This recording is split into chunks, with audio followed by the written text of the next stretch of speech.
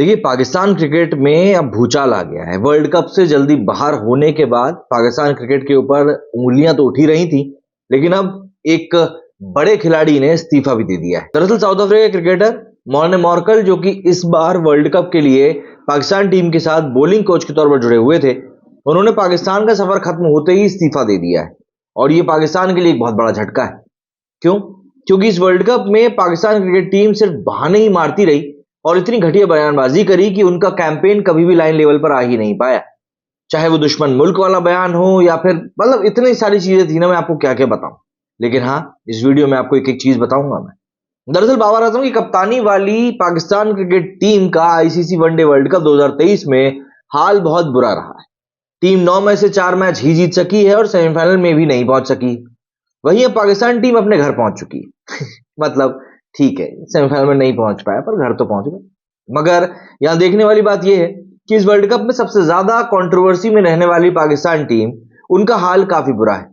उनका देखिए, वैसे भी अगर हम बात करें तो कंट्रोवर्सी से काफी पुराना नाता रहा है और इस वर्ल्ड कप को लेकर भी कंट्रोवर्सी पिछले साल से ही शुरू हो गई थी। जब वे वर्ल्ड कप को लेकर बात शुरू हुई थी तब से ही। दरअसल तब पाकिस्तान क्रिकेट बोर्ड ने वर्ल्ड कप के लिए अपनी टीम को भारत भेजने से मना कर दिया था। हालांकि उसे टीम भेजना ही पड़ता और ये बात तब भी लोगों को पता थी और हुआ भी आखिर में वही। मगर टूर्नामेंट में हरदम पाकिस्तान रोता ही नजर आया। भारत दौरे पर हम नहीं आएंगे से ये विवाद पाकिस्तान ने ही शुरू किया था, जो दुश्मन मुल्क अपने मैचों के वेन्यू बदलने की मांग, बीफ, जय श्री राम के नारों से लेकर अब उनके बॉलिंग कोच के इस्तीफा देने तक पर आ चुका है। दरअसल मीडिया रिपोर्ट्स की माने तो पीसीबी से नाराज बाबर आजम जल्द ही कप्तानी से इस्तीफा दे सकते हैं। और यदि ये सच होता है तो फैंस को पाकिस्तान टीम में अभी काफी ड्रामे देखने को मिलेंगे। मगर अभी जानते हैं कि वर्ल्ड कप को लेकर पाकिस्तान टीम के 12 बड़े विवाद आखिर क्या है। सबसे पहले तो जो उन्होंने रमीज राजा की अगुवाई में कहा था कि भाई हम भारत नहीं जाएंगे। दरअसल पिछले साल पीसीबी के अध्यक्ष रहे रमीज राजा ने काफी घटिया बयानबाजियां करी थी। तब भारतीय क्रिकेट कंट्रोल बोर्ड ने एशिया कप को लेकर मेजबान रहे पाकिस्तान दौरे पर अपनी टीम को भेजने से मना कर दिया।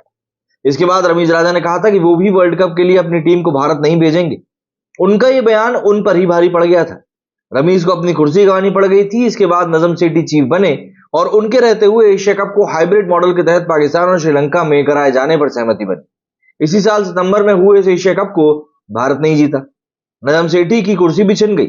वहीं अब पीसीबी के सर्वेसर्वा जका अशरफ भारत से पंगा लेने के चलते पीसीबी के 2 चीफ बदल चुके हैं। तो ये भाई समझ लीजिए अब आप। इसके अलावा वेन्यू को लेकर जो बुरी बातें हुई थी, दरअसल पाकिस्तान ने दूसरा विवाद वर्ल्ड कप के शेड्यूल घोषित करने के बाद ही शुरू कर दिया था। उन्होंने अपने 2 वेन्यू को बदलने की मांग कर डाली। पाकिस्तान ने चेन्नई में अफगानिस्तान और बेंगलुरु में ऑस्ट्रेलिया के खिलाफ होने वाले दोनों मैचों को आपस में बदलने की बात कही थी। यानी कि वो अफगानिस्तान में बेंगलुरु के खिलाफ मैच खेलना चाहते थे, जबकि चेन्नई में ऑस्ट्रेलिया से भिड़ना चाहते थे। मगर आईसीसी ने पीसीबी की ये बात मानी नहीं और एक बार फिर पाकिस्तान की किरकिरी हो गई। दरअसल पीसीबी को डर था कि चेन्नई के टर्निंग ट्रैक पर अफगानिस्तान उन्हें हरा देगा। उनका यह डर साबित भी सही हुआ और अफगानिस्तान ने उनको 8 विकेट से मैच में हरा दिया, जबकि बेंगलुरु में ऑस्ट्रेलिया ने भी उनको शिकस्त दी थी। वहीं अगर हम बात करें दुश्मन मुल्क वाले बयान की, तो पिछले 2 विवादों में मुंह की खाने के बाद पीसीबी ने अपनी टीम को भारत दौरे पर भेज ही दिया। यहां हैदराबाद समेत सभी शहरों में पाकिस्तान टीम का जोरदार स्वागत भी हुआ। मगर इसी बीच पीसीबी चीफ जका अशरफ ने एक विवादास्पद बयान देकर मतलब बहुत घटिया बयान दिया था। दरअसल पीसीबी ने इसी समय पाकिस्तानी खिलाड़ियों का सेंट्रल कॉन्ट्रैक्ट जारी किया था। इसमें बंपर बढ़ोतरी भी करी थी। इसी पर बात करते हुए जका अशरफ ने भारत को दुश्मन मुल्क कह दिया था। इस पर पीसीबी को बाद में माफी भी मांगनी पड़ी थी। वायरल वीडियो में जका अशरफ ने कहा था कि प्यार और मोहब्बत से हमने अपने खिलाड़ियों को कॉन्ट्रैक्ट दिए। पाकिस्तान के इतिहास में इतने पैसे कभी नहीं मिले जितने मैंने उनको दिए, क्योंकि मेरा मकसद एक ही था कि हमारे जितने भी खिलाड़ी हैं उनका मनोबल ऊंचा होना चाहिए, खासतौर पर तब जब वे दुश्मन मुल्क में या किसी भी जगह पर खेलने जाए जहां ये प्रतियोगिताएं हो रही हैं। और इतने पर ही वीडियो खत्म हो गया था, लेकिन बवाल उसका अभी तक मचा। वहीं पाकिस्तान क्रिकेट टीम का हैदराबाद समेत सभी भारतीय शहरों में जोरदार स्वागत तो हुआ, लेकिन बाबर की टीम ने हैदराबाद में बिरयानी का लुत्फ जम के उठाया। उन्हें मनपसंद का खाना दिया गया था, लेकिन यहां भी पीसीबी और पाकिस्तानी मीडिया ने एक बड़ा मुद्दा खड़ा कर ही दिया। उन्हें शिकायत थी कि पाकिस्तान टीम को बीफ नहीं दिया गया। यह विवाद काफी सुर्खियों में रहा था। हालांकि पाकिस्तानी फैंस ने ही इस बात पर भी पीसीबी को खरी खोटी सुना दी थी। अब हैदराबाद और अहमदाबाद में मुस्लिम जनसंख्या लोग को लेकर भी इनके कुछ घटिया बयान सामने आए थे। दरअसल पीसीबी को एक ये भी शिकायत रही कि पाकिस्तानी पत्रकारों और फैंस को वीजा नहीं दिया गया।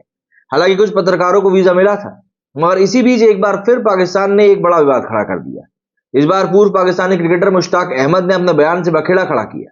उन्होंने कहा था कि हैदराबाद और अहमदाबाद में मुस्लिम आबादी बहुत ज्यादा है, इसलिए वहां की भीड़ पाकिस्तान को ही सपोर्ट करेगी। इस बयान पर वे मतलब मजे के ट्रोल भी हुए थे। वहीं जय श्री राम के नारों को कौन भूल सकता है, जो कि अहमदाबाद में लगे थे। भारत और पाकिस्तान के बीच 14 अक्टूबर को अहमदाबाद में मैच खेला गया था। यह मैच भारतीय टीम ने 7 विकेट से जीता था। इसी मैच के दौरान फैंस ने कई बार जय श्री राम के नारे लगाए थे। एक वीडियो भी वायरल हुआ था जिसमें फैंस पाकिस्तानी खिलाड़ियों के सामने भी जोर जोर से जय श्री राम के नारे लगाते हुए दिखाई दे रहे हैं। पीसीबी इस मामले के बाद काफी चढ़ गया था। उसने ये वीडियो के बाद में आईसीसी शिकायत भी करी थी। हालांकि इस मामले में भी उसकी किरकिरी हुई।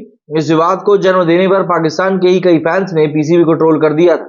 कुछ फैंस ने कहा था कि भारतीय फैंस हैं तो वे अपने नारे ही लगाएंगे, इसमें चिढ़ने वाली क्या बात है। पाकिस्तान में मैच होता तो वहां भी अपने धर्म के नारे लगाते।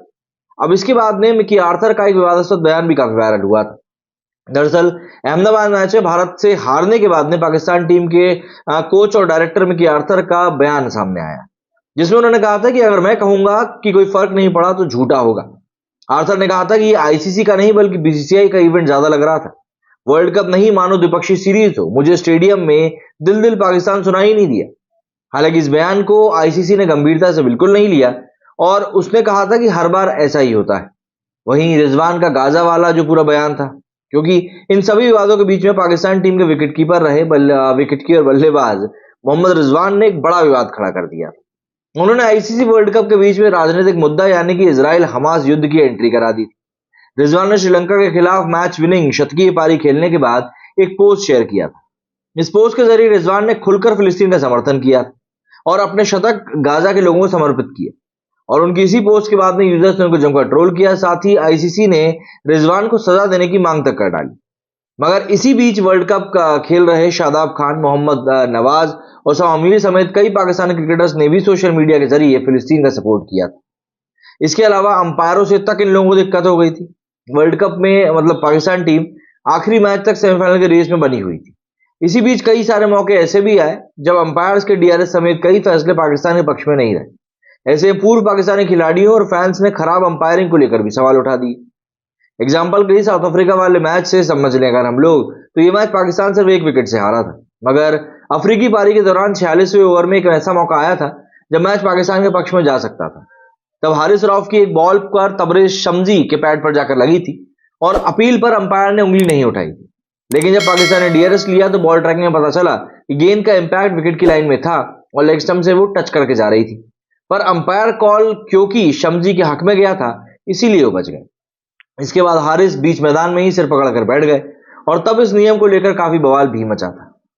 वहीं मैदान के बीच में नमाज पढ़ने वाली बात कैसे भूल सकते हैं। दरअसल मोहम्मद रिजवान वर्ल्ड कप में ही एक दूसरे विवाद को भी जन्म दे दी, जिसकी वजह से भी उनको काफी सुर्खियों में रहना पड़ा था।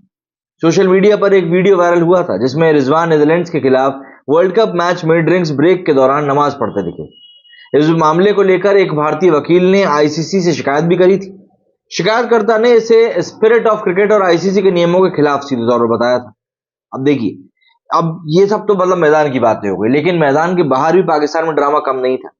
दरअसल जब पाकिस्तान टीम के सेमीफाइनल में पहुंचने की उम्मीदें बेहद कम बची थी, तब एक बड़ा विवाद और सामने आ गया।